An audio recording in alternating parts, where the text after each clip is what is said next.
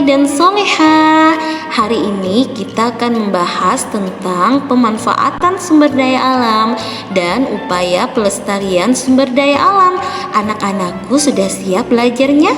Baiklah, adapun materi yang akan kita bahas hari ini meliputi yang pertama, dampak pemanfaatan sumber daya alam yang tidak terkontrol.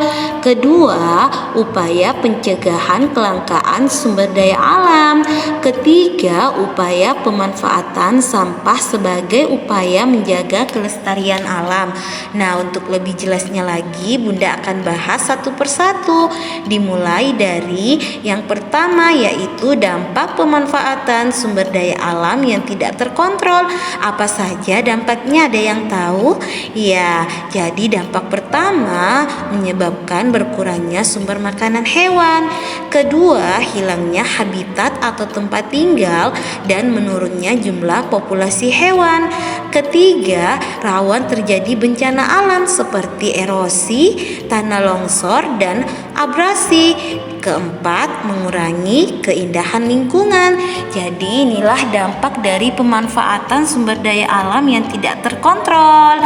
Baiklah anak-anak, selanjutnya Bunda akan bahas yaitu tentang upaya mencegah kelangkaan sumber daya alam. Ada yang tahu? Ya, jadi upaya yang pertama, anak-anakku bisa menggunakan sumber daya alam terutama yang tidak dapat diperbarui secara hemat dan efisien. Karena seperti yang anak-anak ketahui, sumber daya alam yang tidak dapat diperbarui ini jumlahnya sangat terbatas. Kedua, anak-anak bisa memaksimalkan penggunaan sumber daya alam yang dapat diperbarui seperti menghemat penggunaan air. Baiklah anak-anak, selanjutnya Bunda Hikmah masuk di materi kegiatan pemanfaatan sampah sebagai upaya menjaga kelestarian alam, meliputi 4 hal. Yang pertama yaitu secara rius, kedua reduce, ketiga recycle, keempat replace. Baiklah anak-anak, Bunda akan bahas lebih jelas supaya anak-anakku lebih paham lagi. Yang pertama yaitu reduce. Nah, reduce ini merupakan artinya mengurangi penggunaan sampah, di mana anak-anakku sebisa mungkin kita bisa mengurangi penggunaan kemasan barang seperti kantong plastik. Jadi contohnya seperti anak-anakku mengganti kantong plastik dengan menggunakan keranjang belanjaan yang ramah lingkungan atau go green. Kedua ada reuse. Nah, reuse ini artinya memakai ulang atau pilihlah barang-barang yang bisa dipakai kembali dan hindari barang sekali pakai. Seperti saat anak-anakku menggunakan botol minum isi ulang. Nah, ini bisa digunakan untuk reuse, yaitu memakai ulang barang-barang yang bisa dipakai kembali. Ketiga yaitu dengan cara recycle. Recycle ini atau istilah lainnya mendaur ulang.